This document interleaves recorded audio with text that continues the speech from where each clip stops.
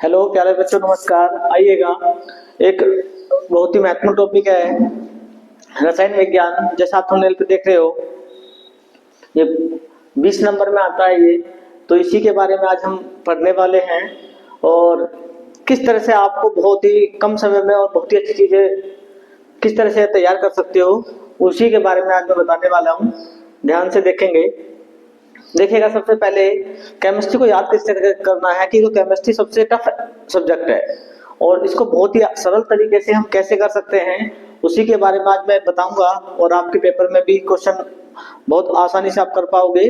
देखिएगा, सबसे पहले क्या करेंगे मैं आपको 15 से 20 सूत्र लिखवाने वाला हूँ, जिससे क्या होगा, पूरी केमिस्ट्री में वही बार बार घूमते हैं और आपके पहले वो याद होने चाहिए, जिससे आपको केमिस्ट्री बहुत ही आपकी जो है ये सरल हो जाएगी।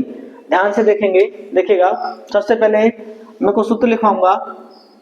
मैं सूत्र की बात करता हूं, जैसे NaCl, इसका रासायनिक नाम क्या होगा? रासायनिक नाम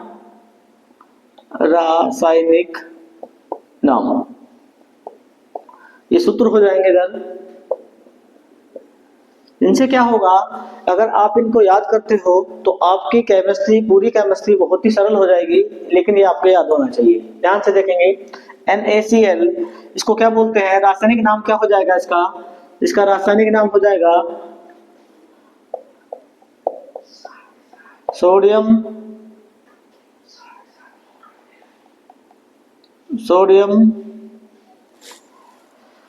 और आप इनको साथ के साथ नोट करेंगे, ज्यादा बढ़िया रहेगा। देखिएगा, सोडियम क्लोराइड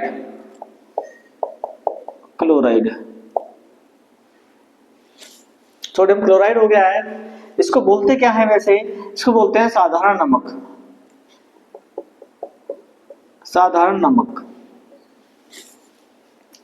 ये साधारण नमक है। ध्यान से देखेंगे। अब देखो, बनता कैसे है, कोई भी सूत्र बनेगा कैसे, मैं आपको थोड़ा सा ओवरव्यू बताता हूँ। ध्यान से देखेंगे। देखिएगा, Na, इसको क्या बोलते हैं? सोडियम बोलते हैं। अगर इसी के साथ मैं जोड़ देता हूं, मैंने जोड़ा, Cl जोड़ दिया तो सोडियम क्लोराइड हो गया। अगर मैं यहाँ पे जोड़ दूं, क्या, अगर मैं जोड़ दिया यहाँ पे CO3, Na2 लगा देता हूं इसके साथ, Na2CO3, तो ये हो जाएगा, ये बनता है सोडियम और ये बोलेगा कार्बोनेट। किस तरह से होता है देखिएगा, बताता हूं इसमें। ध्यान से देखेंगे। पहले मैं और सूत्र लिखता हूं, अभी मैं आगे बताने वाला हूं आपको किस तरह से पहले सूत्रों को बनाते हैं, उसी के बारे में बात कर रहे हैं। देखिएगा, Na हो गया। मैं बात करता हूं CO की, तो CO को बोलते हैं कार्बन मोनो ऑक्साइड हो जाएगा ये। और यहाँ पे मैं लिखता हूँ CO2, तो ये हो जाएगा कार्बन डाइऑक्साइड।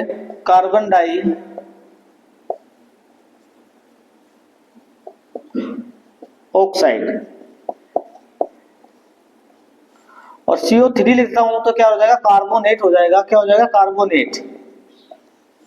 अब ये होता किस तरह से देखिएगा, कार्बन का तो एक ही परमाणु है, लेकिन ऑक्सीजन का यहाँ एक परमाणु है, यहाँ 2 परमाणु है, यहाँ 3 परमाणु है।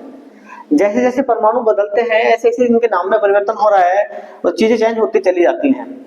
CO कार्बन मोनोऑक्साइड होता है, CO2 कार्बन डाइऑक्साइड होता है, और CO3 लिखेंगे तो क्या हो जाएगा? कार्बोनेट हो जाएगा। अगर मैं लिखता हूं Na के साथ में, अगर मैं CO3 को जोड़ दूं तो क्या हो जाएगा?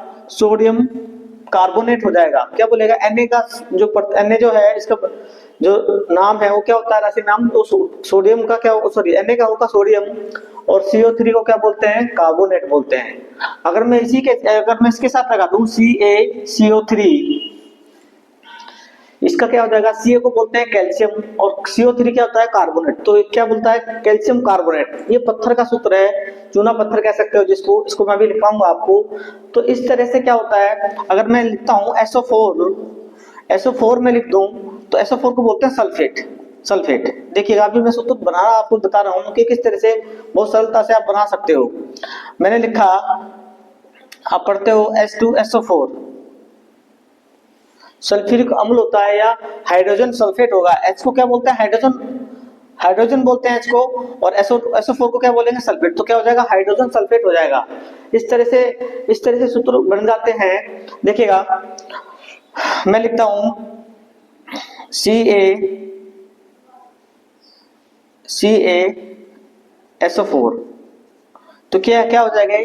कैल्शियम क्या हो जाएगा? कैल्शियम सल्फेट हो जाएगा ये। इस तरह से सूत्र बनते हैं। और देखिएगा, अगर मैं किसी के साथ देखो NO3 है, इसको बोलते हैं नाइट्रेट। अब आप किसी भी के साथ इसको जोड़ते हैं, जैसे मैंने जोड़ा, ध्यान से देखो Na2, अगर मैं इसको बात करता हूँ और इसके साथ NO3 को जोड़ दूं तो क्या होगा? अगर ये सारा क्या बोलेगा, नाम बन गया, इसका क्या नाम बन गया है? Na तो क्या होता है? सोडियम होता है। NO3 क्या हो जाएगा? सोडियम नाइट्रेट हो जाएगा, क्योंकि NO3 क्या होता है? नाइट्रेट होता है। तो क्या नाम बन गया है? सोडियम नाइट्रेट हो गया ये। इसी तरह से इन सूत्रों का निर्माण होता है, लेकिन आप इतना समय नहीं है, आपकी बोर्ड परीक्षा बहुत नजदीक है, तो मैं जो आपका जो पेपर में आने वाले हैं, बिल्कुल वो मेन चीजें मैं आपको बताने वाला हूँ। देखिएगा, इस तरह से ये सूत्र बनते हैं। आगे देखते हैं, आगे बताता हूँ मैं तुम्हें कि सूत्र किस तरह से होंगे। देखिएगा ध्यान से, मैं इनको साफ करता हूँ और उसके बाद लिखता हूँ इन सूत्रों को आगे।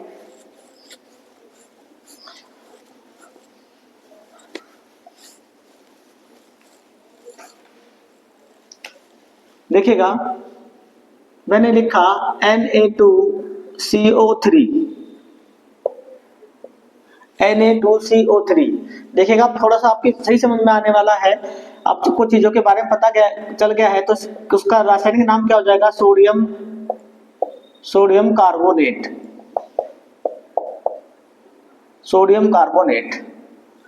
इसको बोलते हैं सोडा एस होता है ये। अगर इसी के साथ ध्यान से देखो, Na2CO3 इंटू क्या हो जाएगा? 10H2O। अगर मैं 10 अणु जल के इसके साथ जुड़ते हैं तो ये बन जाता है, नाम तो यही होगा इसका, रासायनिक नाम तो यही होगा, सोडियम कार्बोनेट। रासायनिक नाम तो यही होगा, लेकिन क्या हो जाता है, ये इसको बोलते हैं धावन सोडा। कई बार पेपर में केवल सूत्र पूछ लेता है, बहुविकल्प में क्वेश्चन देता है, निम्न में से कौन सा धावन सोडे का सूत्र है, या कौन सा सूत्र है, इस तरह से देगा वो। तो आपको सूत्र देगा, आपको पता होना चाहिए। Na2CO3 भी लिखा होगा, Na2CO3 10H2O भी लिखा होगा। तो 10 अणु उसमें क्या होते हैं? किसके होते हैं? जल के होते हैं। देखिएगा, एक होता है परमाणु और एक होता है अणु। थोड़ा सा इसके बारे में बता देता हूं मैं बात करता हूं H की। तो ये हाइड्रोजन का एक परमाणु है, अगर इसके साथ H2 लगा दूं मैं तो क्या हो जाएगा? ये अणु हो जाएगा। तो अणु और परमाणु में क्या अंतर है? ये क्या होगा? खाली एक हाइड्रोजन का एक परमाणु है। ये हाइड्रोजन का क्या है? एक परमाणु है।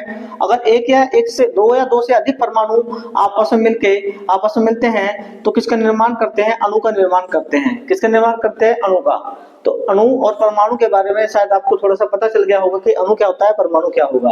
देखिएगा आगे बताता हूं मैं किस तरह से होगा ये।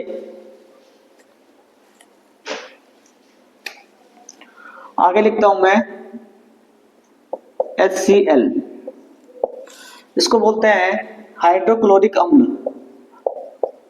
हाइड्रोक्लोरिक अम्ल,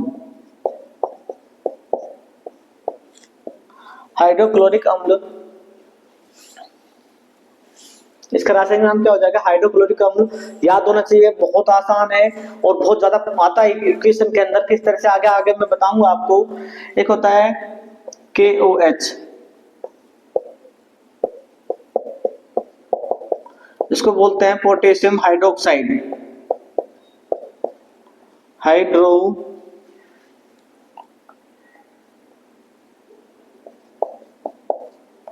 पोटेशियम हाइड्रोक्साइड।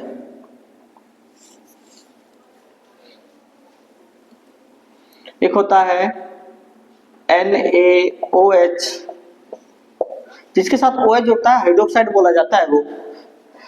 ऐसे इसको बोलेंगे सोडियम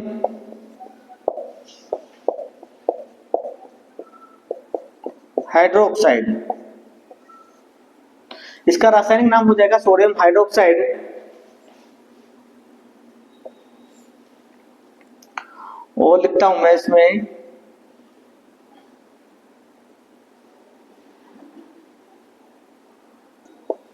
ये हो जाएगा कैल्शियम ऑक्साइड, इसे बोलते हैं बिना बुझा चूना, बिना बुझा चूना। बिना बुझा चूना है ये। आपने देखा होगा जो कली होती है जो हम घरों में कराते हैं वो उसी का सूत्र है ये, जिसे हम शादियों में या कोई फंक्शन वगैरह होता है जब तो उसे डालते हैं, घर के बाहर लगाते हैं, वेलकम वगैरह देते हैं, वही चीज है एक जो है जो कली है वो उसी का सूत्र है, कैल्शियम ऑक्साइड बोलते हैं। देखिएगा जे इसको जब जल में डालते हैं, अगर मैं इसकी जल से क्रिया कराता हूँ, ध्यान से देखिएगा इक्वेशन बनती किस तरह से है। देखिएगा जब इसको जल में डालते हैं तो आपने देखा होगा उसमें बुलबुले से उठते हैं, तो जल के साथ जब क्रिया करता है तो क्या बनता है CaOH की होल ट्वाइस कैल्शियम हाइड्रोक्साइड बनता है। क्या बनता है? कैल्शियम ऑक्साइड, कैल्शियम हाइड्रोक्साइड बनता है। इन दोनों की जब कैल्शियम जब कली की हम किससे जल से क्रिया कराते हैं, इसको डालते हैं चूना, बुझे हुए चूने को किसमें पानी में डालते हैं तो क्या बनता है? बिना बुझा चूना का सूत्र है ये। इसी से एक सूत्र और बन गया CaOH की होल ट्वाइस। इस तरह से इक्वेशन बनती है।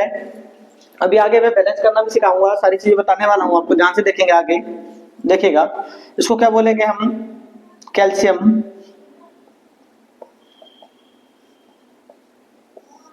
हाइड्रोक्साइड,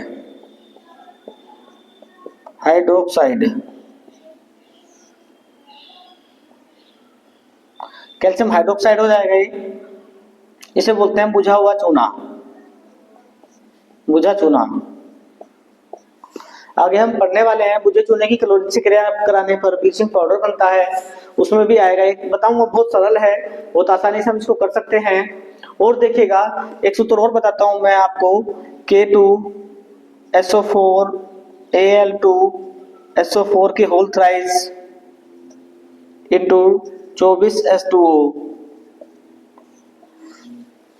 ये फिटकरी का सूत्र है। इसको बहुत बार एग्जाम में पूछा गया है, हर बार लगभग आता ही है ये। या तो एक नंबर में आपको इसका सूत्र पूछ लेगा, या क्या करता है कि फिटकरी बनाने की विधि और गुणधर्म 2 नंबर में आता है, वो भी मैं बताने वाला हूँ किस तरह से लिखेंगे हम, बहुत सरल भाषा में।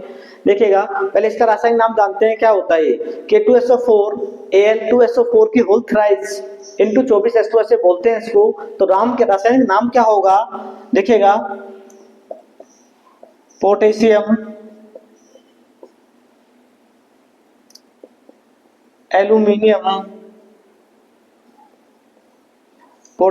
एल्यूमिनियम सल्फेट,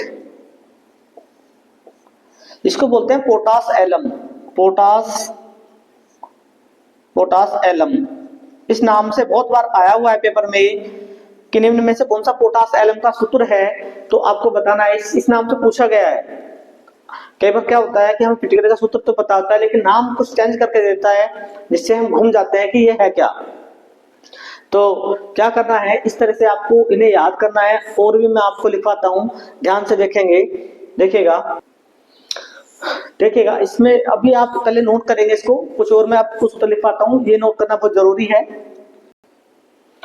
आइएगा, और मैंने कुछ सूत्र लिखे हैं, इनको आप इससे पहले वाले आपने नोट कर लिए होंगे, इनको भी आप नोट करेंगे। थोड़ा सा सब बताता हूं मैं इनके बारे में।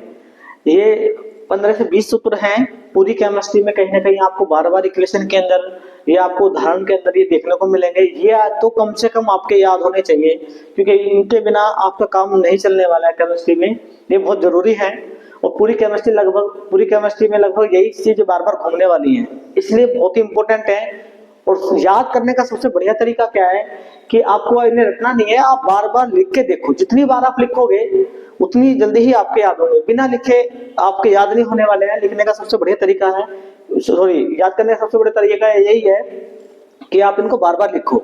बिना लिखे आपके ऐसे याद नहीं होंगे कि मौखिक याद कर लिए फिर भूल जाओगे आप। लिखो, याद करो, लिखो, याद करो, लिखो, याद करो, इस तरह से करना है। देखिएगा NaHCO3 इंपॉर्टेंट है बहुत ज्यादा। सोडियम बाइकार्बोनेट इसका रासायनिक नाम होता है, और वैसे बोलते हैं इसको खाने का सोडा जो हम इस्तेमाल करते हैं वही है, ये उसी का सूत्र है NaHCO3, इस तरह से इसको बोलेंगे। और रासायनिक नाम होता है सोडियम बाइकार्बोनेट, इसे बोलते हैं खाने का सोडा। 2 नंबर में पूछता है खाने का सोडे की बनाने की विधि, गुणधर्म, उपयोग। आगे अगली वीडियो में हम देखने वाले हैं कि किस तरह से इसको करना है, वो मैं बताऊंगा। बहुत आसान है। CaOCl2, CaOCl2 इसे बोलते हैं कैल्शियम ऑक्सीक्लोराइड। कैल्शियम ऑक्सीक्लोराइड ये होता है ब्लीचिंग पाउडर या व्यंजक चूर्ण, दोनों में से किसी भी नाम से पूछ सकता है आपको। ब्लीचिंग पाउडर है जो ब्लीच वगैरह कराते हैं वही है, उसी का सूत्र है। कैल्शियम ऑक्सीक्लोराइड इसका रासायनिक सूत्र है, इसको भी हम पढ़ने वाले हैं आगे, ये किस तरह से इसको बनाते हैं हम, बनाने की विधि, गुणधर्म, उपयोग क्या है इसके। HNO3 इसको बोलते हैं नाइट्रिक अम्ल, इसको क्या बोलते हैं हम, नाइट्रिक अम्ल बोलते हैं। आगे देखिएगा H2SO4, H2SO4 होता है सल्फ्यूरिक अम्ल। सल्फ्यूरिक अम्ल ये भी एक तरह का अम्ल है, मैं बताऊंगा जब अम्ल पढ़ाया जाएगा कि किस तरह से काम करता है। KOH पोटेशियम हाइड्रोक्साइड, मैंने पहले भी लिख दिया है शायद, इसको देख लो कोई बात नहीं है। इसका जो इसे बोलते क्या है, इस नाम से पूछा जाता है कि निम्न में से कौन सा कास्टिक पोटास है, कास्टिक पोटास का सूत्र क्या है, ये पूछ सकता है आपसे। KOH। ऐसे ही होता है NaOH, इसे बोलते हैं सोडियम हाइड्रोक्साइड, ये होता है पोटेशियम हाइड्रोक्साइड। OH को हाइड्रोक्साइड बोलते हैं, NaOH को क्या बोलेंगे, सोडियम हाइड्रोक्साइड होगा, ये होगा कास्टिक सोडा। निम्न में से कास्टिक सोडा का सूत्र क्या है, इस तरह से बहुविकल्प में पूछता है, बहुत बार पूछा गया है ये। CaCO3 यानी कि क्या होगा, कैल्शियम कार्बोनेट। C से क्या होता है, C क्या होता है कैल्शियम, और CO3 क्या होगा, कार्बोनेट हो गया। कैल्शियम कार्बोनेट इसका रासायनिक सूत्र है। इसे बोलते क्या है, खड़िया बोलते हैं। आपने देखा होगा खड़िया जो आती है, चूना पत्थर या संगमरमर, ये सब इसी के सूत्र है, इन तीनों का यही बोलते हैं, इन तीनों का सूत्र यही है। और जो संगमरमर के पत्थर का सूत्र क्या हो जाता है, CaCO3 कैल्शियम कार्बोनेट। ऐसे ही होता है NH, अगला देखिएगा NH4Cl, ये क्या बोलते हैं, अमोनियम क्लोराइड, इसको बोलते हैं नौसादर। इसको भी हम पढ़ने वाले हैं कि किस तरह से इसको बनाते हैं, क्या इसके उपयोग है, क्या गुणधर्म है, बहुत इंपॉर्टेंट है। NH4Cl sodium chloride, sorry ammonium chloride होगा ये। देखिएगा ये ऊर्ध्वपातन का गुण रखता है। ऊर्ध्वपातन का गुण किस तरह से रखता है, देखिएगा ऊर्ध्वपातन में मैं बताता हूँ आपको, ध्यान से देखिएगा। ऊर्ध्वपातन आपके उसमें आ सकता है, आ गया तो आप कैसे बताओगे। ऊर्ध्वपातन होता क्या है, जो भी कोई भी पदार्थ है जो भी है वो क्या करता है, जो सीधा ठोस से और सीधा कहां किस में बदल जाए, गैस में बदल जाए। जो सीधा ठोस से गैस में बदल जाए उसे वो ऊर्ध्वपातन का गुण रखता है। जैसे बात करते हैं अमोनियम, आप एक साधारण सा उदाहरण बताता हूं मैं, जैसे बात करता हूं मैं कपूर की। आपने देखा होगा जो पंडित जी होते हैं वो होमन वगैरह में इस्तेमाल करते हैं उसको आग जलाने के लिए, देखते हैं सीधा वो ठोस होता है, ठोस से सीधा किस में बदल जाता है, वो गैस में बदलता है, सीधा उसका धुआं बनता है, वो उसका लिक्विड नहीं बनता उसका, तो सीधा वही गुण रखता है ये भी नौसादर। सीधा ठोस से किस में बदलता है, गैस में बदलता है, नौसादर कह दो आप। और कपूर हो गया और आयोडीन हो गया, ये सारे ऊर्ध्वपातन का गुण रखते हैं। देखिएगा आगे CaSO4 into 2H2O, देखो कैल्शियम सल्फेट, नीचे लिखा हुआ CaSO4 हाफ H2O, दोनों का नाम रासायनिक नाम तो सेम है, कैल्शियम सल्फेट, लेकिन अंतर किस चीज से आ रहा है, उसमें दो अणु किसके हैं, इसमें दो अणु किसके हैं, जल के हैं, इसमें दो अणु जल के हैं, इसमें आधा अणु जल का है। अब देखो जल ने ही क्या कर दिया, इनके नाम में परिवर्तन कर दिया है, तो देखो CaSO4 into 2H2O ये जिप्सम का सूत्र है, जबकि CaSO4 हाफ H2O ये क्या होता है, प्लास्टर ऑफ पेरिस होता है। प्लास्टर ऑफ पेरिस को पढ़ने वाले हैं। जिप्सम को जब हम 120 से 130 डिग्री सेल्सियस पे गर्म करते हैं तो क्या करता है, प्लास्टर ऑफ पेरिस बनता है। इसको भी हम पढ़ेंगे, इसके बनाने की विधि, गुणधर्म, उपयोग बहुत आसान तरीके से मैं बताने वाला हूँ, ध्यान से देखेंगे। कुछ और सूत्र मैं बताता हूँ अभी आपको, देखिएगा इन्हें भी आप नोट कर लोगे अपनी कॉपी में नोट करके, और क्या करना है, बार बार इनको याद करना है, ठीक है ना। और 2-3 सूत्र और बताता हूँ मैं, ध्यान से देखेंगे। आइएगा कुछ सूत्र और मैं बताता हूँ जो आपको आगे हेल्प करने वाले हैं, जो बार बार देखने को मिलते हैं, उन्हीं के बारे में हम बात कर रहे हैं। और ये आपके अच्छे से याद होना चाहिए। याद करने का मैंने तरीका बता दिया, आप पहले याद करो फिर लिखो, फिर याद करो फिर लिखो, इस तरह से क्या कर। आइएगा 2-4 सूत्र और हम देखते हैं कि किस तरह से आपके पेपर में आने वाले हैं, और इनको आप अच्छे से याद करोगे। पहले याद कर लोगे तो बहुत आसान होगा केमिस्ट्री, आपको हिंदी से भी आसान लगेगी, इस बात की गारंटी है। लेकिन शर्त ये की है कि आपको सबसे पहले इनको याद करना है। याद नहीं करोगे तो फिर समझ में नहीं आएगा कुछ भी, क्योंकि बिना इक्वेशन के आप क्या होगा, क्वेश्चन में आप बिना इक्वेशन के आप क्वेश्चन को सोल्व नहीं कर पाओगे। तो करना किस तरह से, करना क्या है, सबसे पहले आपको इसको याद करना है। देखिए कुछ और तो बताता हूँ मैं जो इम्पोर्टेंट है बहुत ज्यादा। मैं बात करता हूँ H2SO, देखिएगा CH3COOH, ये किसका सूत्र है, ये एसिटिक अम्ल है, इसे बोलते हैं एसिटिक अम्ल।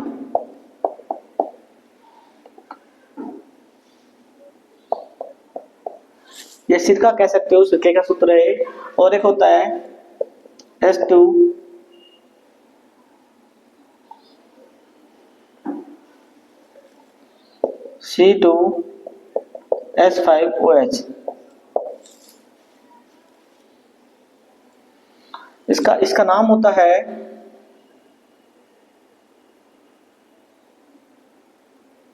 CH3COOH, इसे बोलते हैं एसिटिक अम्ल। ये होता है एथिल अल्कोहल, एथिल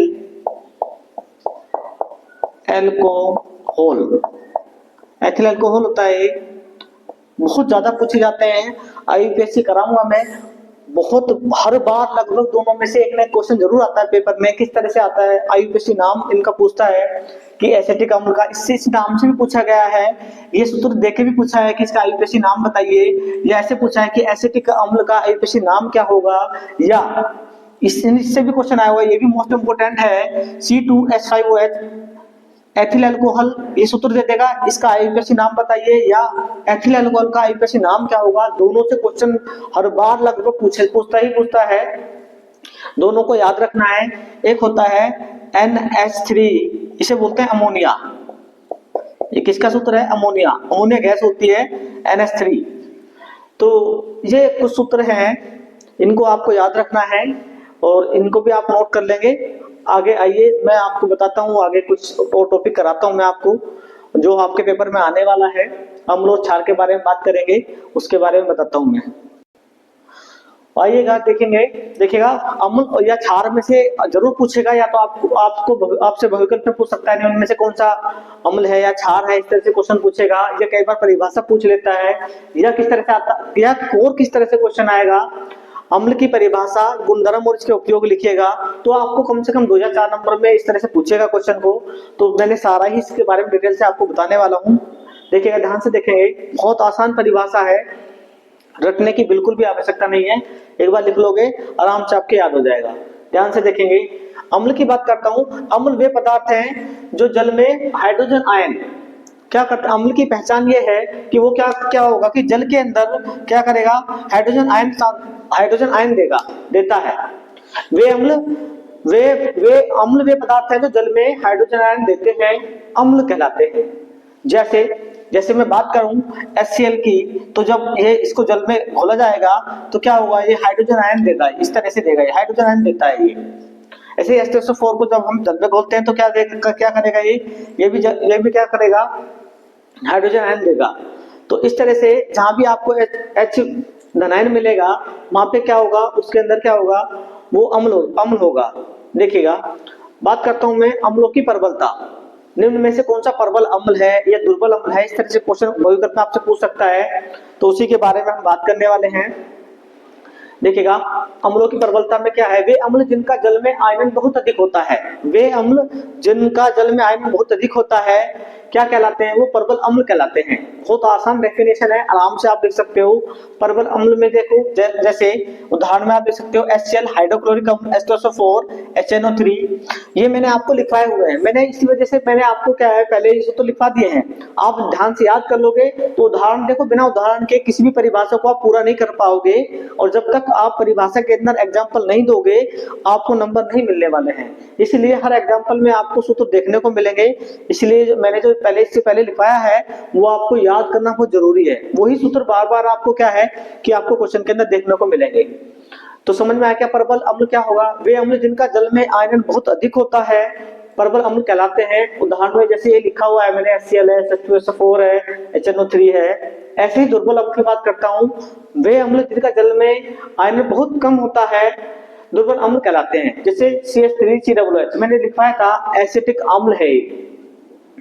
तो इस तरह से दुर्बल अम्ल के बारे में बता सकते हो आप। बात करता हूँ अम्लों के गुण की, तो अम्ल स्वाद में कैसा होता है, खट्टा होता है। अम्ल स्वाद में कैसा होता है, खट्टा होता है, और जल में विलय होता है, जल में मिल जाता है, ये जल में विलय है। नंबर 3 है क्षार से क्रिया करके लवण बनाता है। तो क्षार से क्रिया करके लवण किस तरह से बनाता है, ध्यान से देखिएगा। मैं अम्ल की बात करता हूँ, क्षार से क्रिया करके लवण कैसे बनाएगा, इसमें आपको उदाहरण में लिख सकते हो HCl प्लस, अगर ये अम्ल के साथ क्षार के साथ क्रिया करता है, ये क्षार है NaOH, क्या है ये, कास्टिक सोडा है। ये क्या करते हैं इसमें, जब अम्ल क्षार से क्रिया करता है तो क्या बनाता है, लवण बनाता है। लवण किस तरह से बनाएगा, NaCl प्लस क्या हो जाएगा, H2O। ये क्या है, ये तो लवण हो, ये लवण हो गया, ये लवण हो गया है, लवण, और ये क्या हो गया, जल है, जल है। तो क्षार से क्रिया करके क्या बनाता है, लवण बनाता है। जब अम्ल क्या करता है, जब क्षार से क्रिया करता है, जब अम्ल ने क्षार से क्रिया करी तो क्या बनाया, लवण बनाया, और क्या बना है, जल बनता है। हमेशा यही क्रिया होती है, जब अम्ल और क्षार की क्रिया होती है तो लवण बनता है और जल बनता है। आगे देखिएगा 2 नंबर में आपका कंप्लीट है। इस तरह से इसमें से कैसे भी क्वेश्चन पूछ ले आप बहुत आसानी से लिख सकते हो, बहुत सरल भाषा में लिखवाया हुआ है, इसी तरह से लिख के आप याद करोगे। मैं बात करता हूँ, आइएगा, अम्ल के गुण हो गए हैं, इसके उपयोग हो रहे हैं, उपयोग भी मैं आप आगे लिखवाता हूँ। देखिएगा इसके उपयोग रह गए हैं। क्वेश्चन पूछेगा किस तरह से आपसे, अम्ल की परिभाषा, गुणधर्म और उपयोग उदाहरण सहित बताइएगा। तो परिभाषा लिख दी है, इसके गुणधर्म हमने देख लिए हैं, उपयोग में केवल 2 ही लिखेंगे आप, अभिकर्मक के रूप में और चमड़े के शोधन में, इस तरह से उपयोग लिख लेंगे। आगे मैं बात करता हूँ किसकी, आगे बात करता हूँ मैं क्षार की। देखिएगा क्षार के बारे में बताता हूँ आगे में, अम्ल कंप्लीट हो गया है, अब क्षार के बारे में हम देखेंगे। आइएगा, अम्ल के बारे में हम जान चुके हैं, बात करते हैं क्षार की। तो क्षार भी कुछ इसी तरह से इसकी परिभाषा है, बहुत आसान है, बहुत सरल तरीके से मैंने बताया है, बहुत आसान तरीके से आप एक बार लिख लोगे तो आराम से आपके याद हो जाएगा। देखिएगा क्षार की बात करता हूं मैं। क्षार वे पदार्थ हैं जो जल में OH देते हैं, OH का मतलब होता है हाइड्रोक्साइड बोलते हैं इसको, OH देते हैं, क्षार कहलाते हैं। जैसे मैं बात करता हूँ NaOH की, तो क्या होगा, ये OH, इसमें OH ऋण होगा इस पे, इससे क्षार की पहचान होती है, ठीक है। ऐसी KOH है कि जब इसको क्या करेंगे, जल में घोलते हैं तो क्या होगा, OH आपको अलग दिखाई देगा इसमें। देखिएगा, बात करते हैं, ये क्षार की पहचान है, जिसके साथ OH आपको इस तरह से मिलेगा, ऋण मिलेगा इस पे, तो वो क्षार होगा। जिसके साथ आपको OH जुड़ा मिलेगा, जिसके साथ ये जुड़ा मिलेगा, ये होगा, वो हमेशा क्या होगा, वो क्षार कहलाएगा। देखिएगा, क्षार की पहचान है ये। क्षारों की प्रबलता की बात करता हूं, वे क्षार जिनका जल में आयनन बहुत अधिक होता है, वे क्षार जिनका जल में आयनन क्या होता है, बहुत अधिक होता है, क्या प्रबल क्षार कहलाते हैं। देखिएगा, जैसे NaOH है, KOH है, ये प्रबल क्षारों में आते हैं। आ सकता है बहुविकल्प पूछता है बहुत बार कि निम्न में से कौन सा प्रबल क्षार है या प्रबल अम्ल है, ऐसे अम्ल में आता है क्वेश्चन, ऐसे क्षार से आता है, तो दोनों को ध्यान रखना है। ऐसी दुर्बल क्षार की बात करता हूं मैं, वे क्षार जिनका जल में आयनन बहुत कम होता है, दुर्बल क्षार कहलाते हैं। बहुत आसान परिभाषा है, लिख सकते हो आप, आराम से याद कर सकते हो। जैसे NH4OH, अमोनियम हाइड्रोक्साइड बोलते हैं इसको, इसको क्या बोलते हैं, अमोनियम हाइड्रोक्साइड।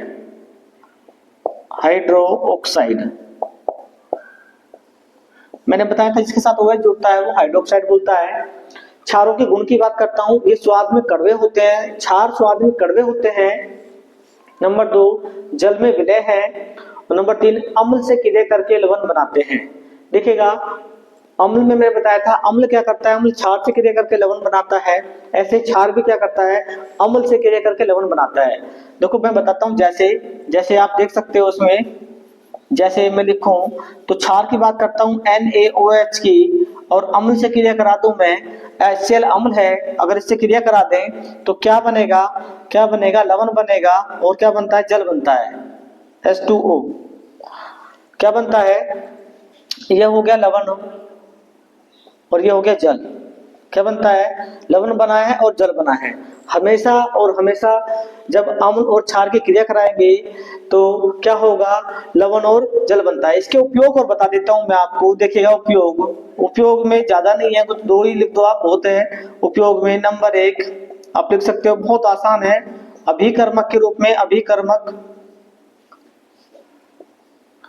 अभिकर्मक के रूप में नंबर 2, कागज व कपड़ों के उपयोग में, कागज कपड़ों के उपयोग में भी इसका इस्तेमाल होता है। तो उपयोग में आप आसानी से 2 लिख सकते हो। इस तरह से छार से आपसे कैसे भी क्वेश्चन आ जाए, छार से आप क्वेश्चन को छोड़ने वाले नहीं हो, बहुत आसान भाषा में लिखवाया है। इन दोनों को आप तैयार करोगे और सबसे बड़ी बात क्या है, जो सूत्र मैंने लिखवाए हैं उन्हें आप याद कर लो। अगली वीडियो में जो है मैं आपको बताने वाला हूँ इक्वेशन को किस तरह से बैलेंस करेंगे और बहुत सारी चीजें मैं कराने वाला हूँ। 2 से 3 वीडियो में हम पूरी केमिस्ट्री को क्लियर करने वाले हैं। ज्यादा से ज्यादा 3 वीडियो लगेंगी, 3 वीडियो में कंप्लीट हो जाएगा। आज आप सबसे पहले क्या है कि आप सूत्रों को याद करिएगा। अच्छा लगता है, अगर आपको वीडियो अच्छी लगी है तो लाइक करिएगा, सब्सक्राइब करिएगा।